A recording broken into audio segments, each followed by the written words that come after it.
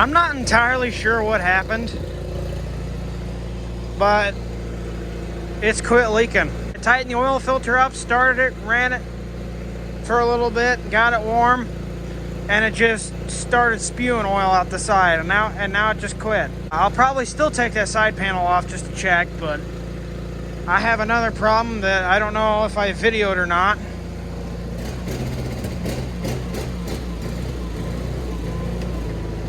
But that now has to be taken care of. Oh, and of course, to add to the list of things I got to do now, the 212 decided to just out of the blue to break the throttle cable. So I was running it around literally right out here in fourth gear, and next thing you know, the cable broke, so it's stuck almost wide open. Well, that's just peachy, ain't it? So, okay, so maybe half an hour later. Good news is I made a mess. Bad news is, oh wait, this is good news too. That doesn't leak. Around the oil filter, I think it does. So maybe these O-ring around it didn't get seated entirely. My bad. Shit happens. Safe to say, though, whoever made these side tins on the Onan and whoever designed this frame did not like each other. Either that or they just wanted to fuck the mechanic over. I don't know. But there is a bolt right here that holds these two pieces of sheet metal together on the bottom. Safe to say that's never going back in unless the engine is pulled. Wonderful. But moving on, that's all put back together. I tightened that up, by the way, just to clarify that and say that I finished that. We'll see if it quits leaking or not. And then I took the carburetor off. That looks good. Hopefully that thing stays sealed. I don't know why they went with a two-piece intake manifold, but I'm just praying that that stays sealed, because if it doesn't, we're going to have some problems. Over here on the bench, the carburetor is disassembled. It has been cleaned. The top half's been cleaned. I don't have any new gaskets, so I'm going to hope that I can tighten these down just enough to where these seal perfectly. Maybe I can get one more run out of them before I got to replace them. That's what I can hope. But if you can see, the inside of that doesn't look too happy now, does it? So that explains why it ran like it did, and it kept getting worse and worse because I gradually went less and less on the throttle, and it kept surging. So I pulled this, we'll call this the high-speed needle because this does run the mixture, but it's a 2-in-1. It's a high and low speed, so it's just the mixture screw, I guess. This thing had a piece of grass on it, so that would do it, wouldn't it? I'll give a brief summary over this. If you want to skip over this part, that's fine. If you've done it before, if you haven't, stick around. Sweet and simply put, 2 of these on the bottom. If you take air cleaner off and do the hoses, if you can get back there with a crow's foot and a 3/8 inch drive, maybe an extension or two like I've done, I think it's a half inch size, you can get it off. It's really easy. You don't have to take anything else off. They may be hard to break at first, but just be easy. Don't strip the heads off. That's the name of the game. Keep everything intact without breaking it. Take everything off nice and easy. That should pull off. Throttle linkage basically is just a nice little clip you got to undo. That's very easy. Fuel lines, pair of vice grips or whatever your choice is, 4 pliers. Pull that hose clamp back, slide that hose off, and then choke cables over there. That's pretty self-explanatory. Undo the clamp, wiggle it out. And then coming back over here to the carburetor, it's literally like a little bitty puzzle. All you got, well, except that puzzle is easy as pie. All you got to do, 4 screws, hold the top half and the bottom half together.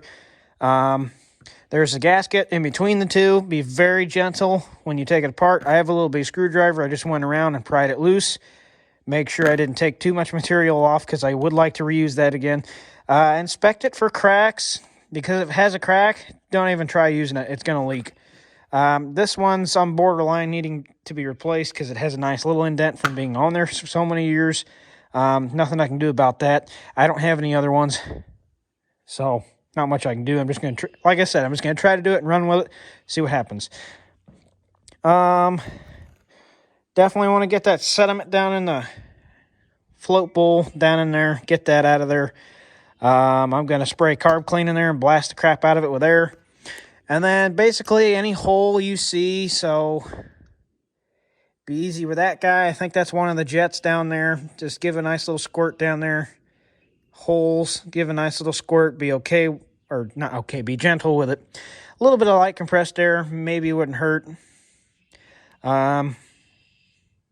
And then it's really just clean everything up, make sure there's no grime in there and all that good stuff, especially in the jets. Throw it back together, put it all back on, start it up, see if it runs. Then here's the float. Your adjustments back there. That just sits in there like so. I'm not going to put that back in until I have that bottom half clean, because I stopped halfway through and just decided, oh, what the hell, I'll make a video on it. There's the top half. It's what you see when you open the engine up after taking the air intake off. I put the gasket back on there just because, get it out of the way. So I'm going to go ahead and finish cleaning this. I'm going to put it back together and we'll see if it starts. Hopefully it doesn't leak and it can run right, because then next thing's next is inspecting the mower deck and maybe sharpening the blades. All right. Looks like everything's back together. Enough to make it run at least. Make sure all my wires are hooked up. Well, that's a problem now, isn't it? Wonderful. I think that's a crimp fitting, which is good. So all I gotta do is stick that back in there and crimp it down, but it wouldn't hurt to stick a little solder in that probably. That's exactly what you double check that for, because stuff like that happens all the time. Okay, so that's back in. Make sure everything's off the machine. And hopefully that thing will work for me. So it's been running the last hour, so there is fuel primed up to it. Hopefully the battery's charged enough. This starter's going to sound horrible, by the way. I got to do that at some point. Hopefully it works.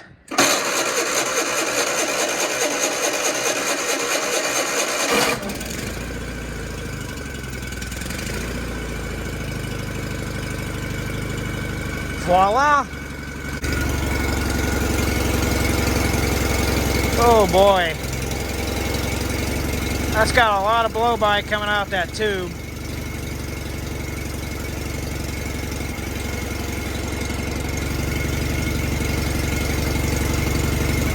That's not good. That's got a lot of blow-by.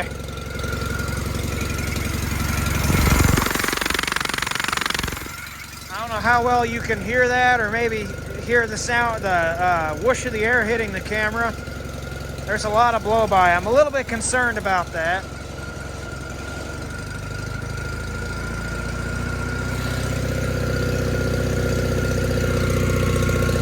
Doesn't feel like it's missing. Sounds good. Doesn't look like I see any leaking. That squealing you're hearing is up here on the front. The bearing's going bad on the PTO. I'm just going to ride it out till it doesn't engage or it blows up, because I don't have the money for a PTO. Okay, so now I'm just messing with final adjustments like the idle, mixture screw.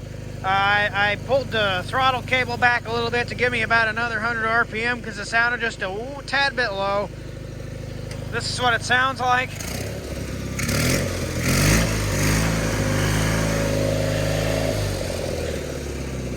It's nice and snappy if you watch. And it doesn't like it on the lower end, but it's not terrible. Maybe just a hair more.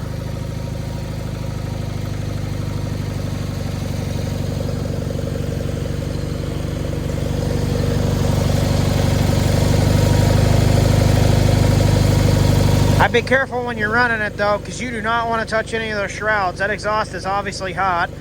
I'm trying my best to like angle myself away from it.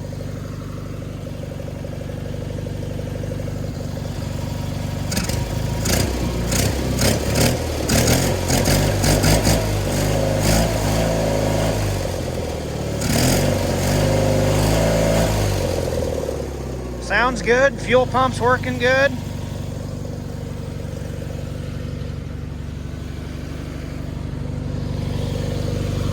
And best of all,